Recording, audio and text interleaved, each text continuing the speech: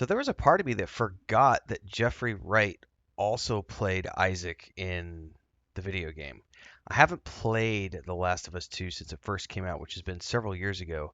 I started a partial playthrough earlier this year when I thought I had some free time, and I only ended up making it a few episodes. I think we got to the point where they got to the city, and that's when they were going to the radio tower, which is actually part of where this episode took place is in that radio station with the yeah, well, I'm going to spoil stuff, so if you haven't watched the episode yet, you've been warned. Before I get to the spoiler stuff, though, I had not seen this correlation, but someone said that, and I showed Chris and I were laughing about this on TikTok the other day. So the girl who's playing Dina played Dora the Explorer in the live action movie, and I guess last episode when they were heading out, she basically gives Ellie a backpack and tells her to don't forget her boots. And somebody had made this TikTok about how funny it was to have Dora the Explorer literally showing up and telling Ellie, "You got to get ready for this adventure and don't forget your boots. And here's a backpack and maps and supplies and everything else." And I was like, I never would have, I never would have gotten that had someone else not said that. So that's your tip of the day for last week's episode. Anyway, I'm going to get to episode 4 today in this review. So you've been warned. If you haven't watched the episode, go watch it, come back, good to go. So I feel like this episode was mostly true to the game. We got several sequences here. Um, First and foremost, we get before we do the Ellie and Dina stuff, we get to meet Isaacs.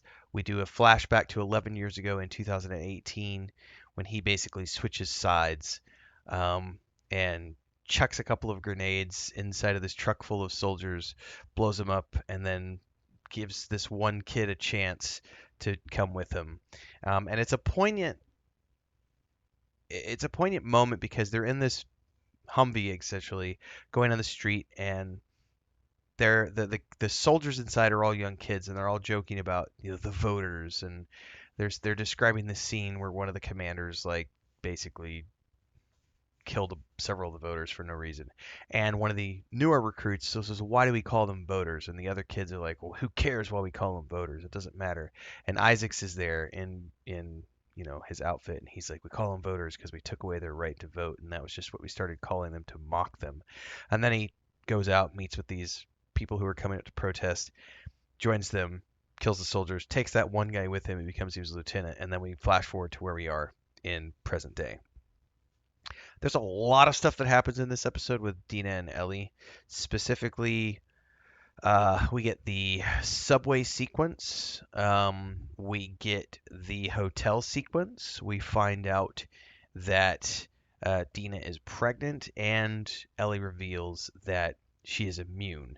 And that this all happens like in a single episode, where essentially they're still on the lookout, trying to find clues to things. They make it to the radio station. They see the bodies, and while they're in there, soldiers show up. There's a confrontation. They have to run. They end up escaping down into the subway. There's the subway sequence, which is thrilling and amazing. And then on the way out, Dina's about to get bit, and Ellie throws her arm up, gets bit, and then that leads to the reveal that she's immune, which is a great sequence. I really love the way they played this out, and it's at that moment that Dina reveals that she's pregnant. So a whole ton of events happen here. Um, there's also in part of this episode, you have Isaac's in the current day. Isaac is not Isaac's, just Isaac is interrogating one of the scars, and it's a really awesome sequence talking about cookware, and he's basically burning the subject with the cookware, and he's wanting to know where the next attack is going to be, and the scar is basically telling him you're never going to win. And Isaac is like, "How do you figure? We've got automatic guns, we've got hospitals," and the subject says, every week or every day or something like that, one of your wolves decides to leave your flock or leave your group behind and join our flock, our group, I don't remember the terminology they used. And walk the path of light with the prophet. But no one ever leaves our group to become a wolf. And this pisses Isaac off. So he goes to turn on a torch of the kid again, and the kid just holds out his hand, and he's ready to be burned again because he's not going to go. And then that's when Isaac just shoots him, because he realizes he's not going to get anywhere with this because this kid has this faith. So um, it's an interesting thing. I can't wait to learn more about both groups here. Um, I can't wait to see how this pans out. That is kind of where we end this week's episode because as Ellie and Dina are having these revelations between themselves, they wake up in the morning and the radio starts going off and there is this attack going on. And they run up to the rooftop and they see this attack happening over on the horizon, out across the city. And it's basically the WLF fighting with, I think, the Seraphim, if I'm not mistaken. Is that what they're called? Quick commercial break, everyone, to celebrate and give thanks to all of these amazing people who keep me on the air full time. Really appreciate the support. All you got to do is join as a member. You get access to private videos. You can also do super thanks on any upload or super chats and stickers on any live stream or premiere you see. And beyond that, don't forget we're multi-streaming over on Twitch now, so you can support over there as well. Thanks so much to everybody. Let's get back to the video at hand. And they call them the scars, but I think they call themselves the seraphim. Again, terminology. I don't take show notes. It's been a while since I watched or played the games, so I think that was the terminology they used in this episode. Anyway, and they realize that that's going to be where they need to go. Also, they hear on the radio someone using the word Nora. Nora was one of the people who was in the group, so they make an assumption that that's the Nora they're looking for, who's going to lead them to Abby.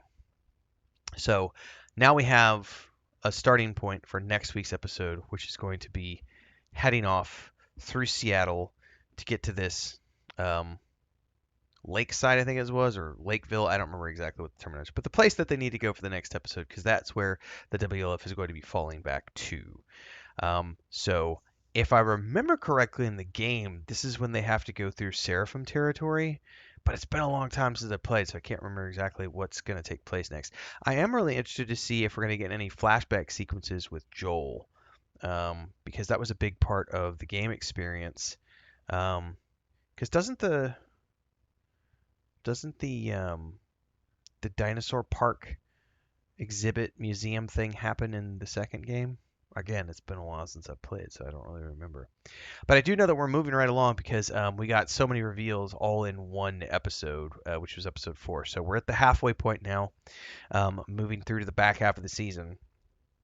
And I'm really glad to know that we're getting at least another season of this because there's no way they're wrapping up in just 4 more episodes everything that they need to tell story-wise in this second season because there's so much more to explore in terms of the journey and all the characters in between. And I'm really interested to see how much of Abby's side of things we're going to get to see soon because that was a big part of the game. And I feel like they might be front loading the episode with Ellie and Joel stuff so that they could deliver on the Abby stuff in the back half of the season to get us prepped and ready for some sort of a confrontation that'll end up bringing the season to a close. I don't know. It's going to be very interesting to see where they go.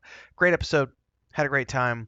They're moving us right along. Can't wait to see next week's episode. Love to hear your thoughts. Drop them down below. Stay tuned for more. I review other shows. If this is your first time tuning in, daily streams happen at around 5 a.m. Central on YouTube and Twitch because I play a lot of games as well as review TV shows, movies, books, and beyond.